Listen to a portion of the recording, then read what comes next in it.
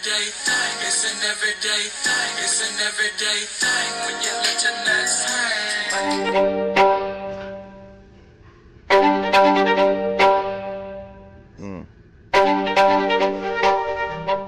All right, so this lady right here, she says, getting ready for my Netflix interview to discuss the devastating reality of betrayal, discovering that my partner of 8 years was having a secret 6-year affair.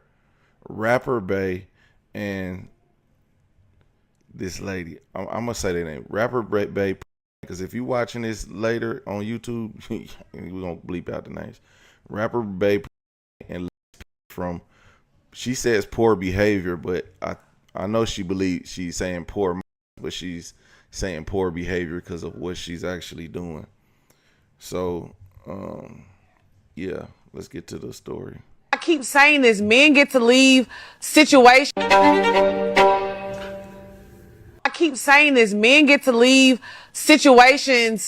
With no scratches. They get to move on, be happy. I just saw a lady on TikTok say that. She said, why is it fair that I got cheated on?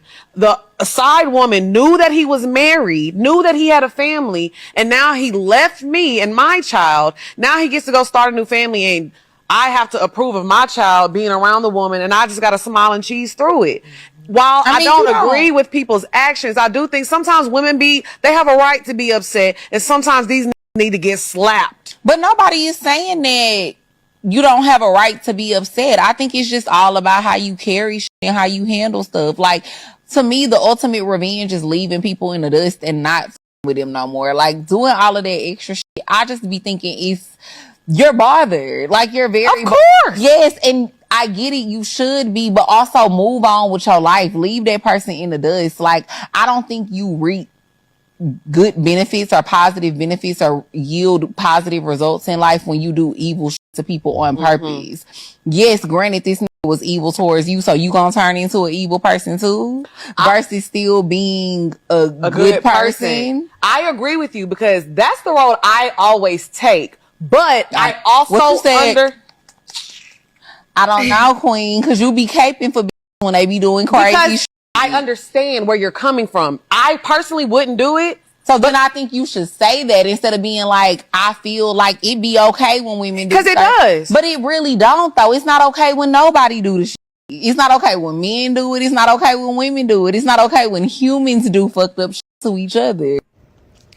So my take on that is both parties, my baby daddy and they both played their part. And when I say they did their big one, they did their big one. And the reason for me even doing this, because honestly, y'all, I was triggered. I was triggered at the common sense that had to say like a man needs to be slapped, but it was the lack of accountability that she had for herself and being an active participant in that situation. That betrayal, y'all, did not just affect me. It affected my entire household. It affected my kids. It affected my mindset. I literally had to operate off of a broken heart. Do you understand me? A broken heart. And for years, I allowed people to call me bitter. I allowed people to call me evil. I allowed people to call me mean. And I never once addressed what betrayal has done to me. I just tried to work my way through it, try to boss up from it. But at the end of the day, when somebody in your mind, and when that person is your forever person and you are betrayed by them, it changed your whole outlook on life, on love, on family. And that's what it done to me. I went through therapy, intensive therapy. 1 year I had 3 therapists at one time. Do you understand me? My kids was uprooted from our family home because I could not be in that home no longer without him. So I had to go and buy this house that I'm in now. We are now a divided family from betrayal, from the mindsets of women like, not to say this is her mindset now, I'm giving her grace because she's probably outgrown from being a participant in that for that long period of time. But I'm saying the mindsets of women, you do not understand that you do not only affect that person's significant other if there are other people involved. Now, it would have been probably easier for me to move on if I didn't have children. if this wasn't their dad and stepdad. But that wasn't the case.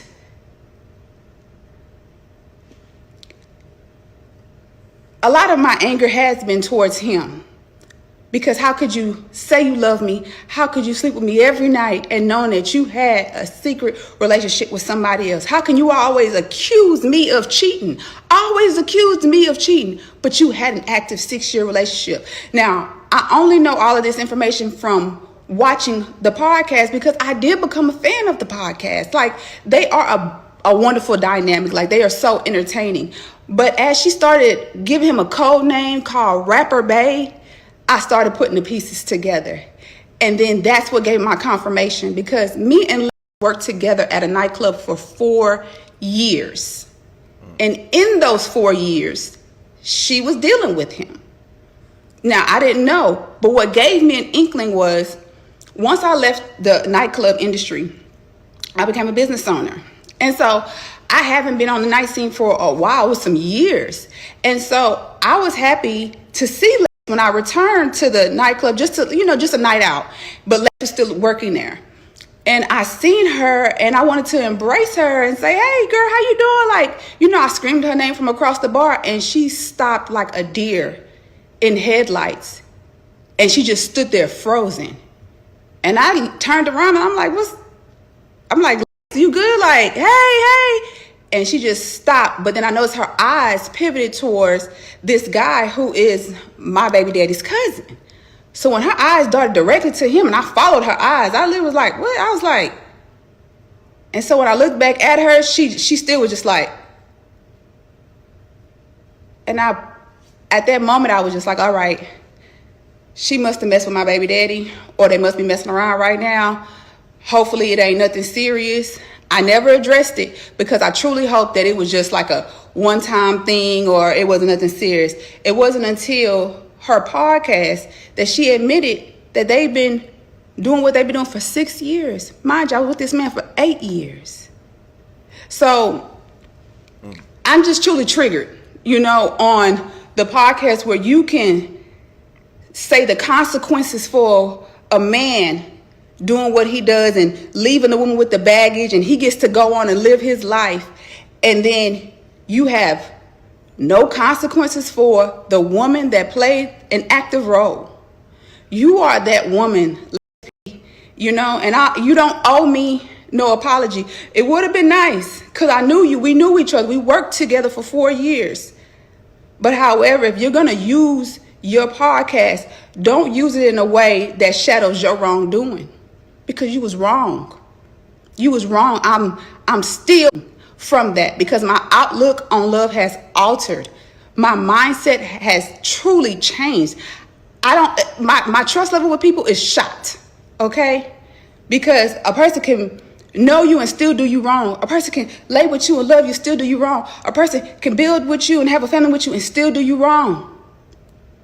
So that situation altered me, and I don't care about anybody saying, Toya, well, you need to move on, or Toya, you bitter, or Toya, ma'am, listen, that was my person. That was who I stamped as the man of my household, the father of my child, my children, because they saw him my other 2 kids saw him as their dad. And I don't have family. That was all the family I had. I built that family dynamic, because it's one thing when I came from a family that I couldn't have.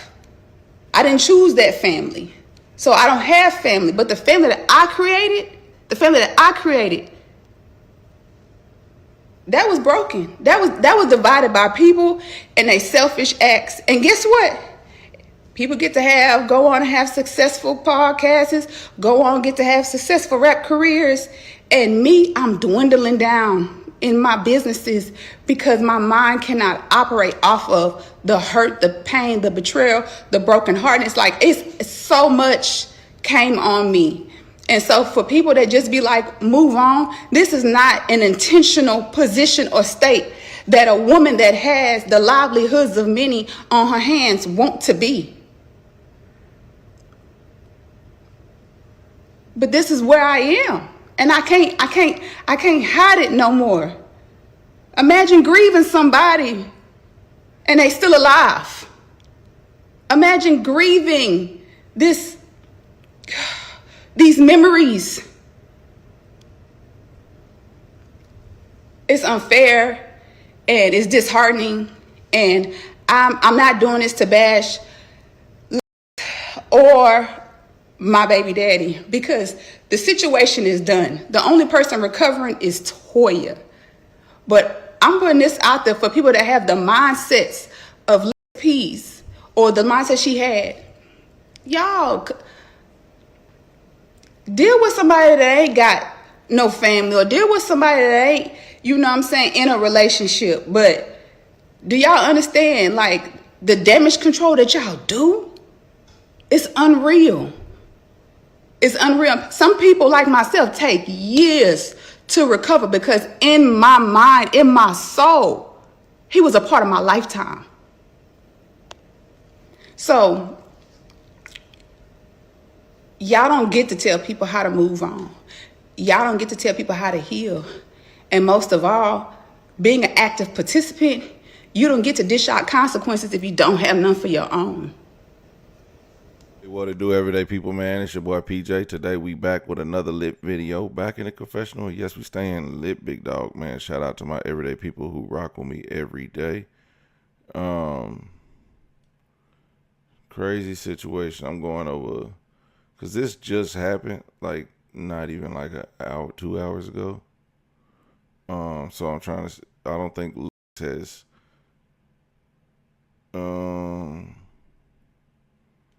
she hasn't, let me see what she wrote. Oh, she ain't really, she haven't responded.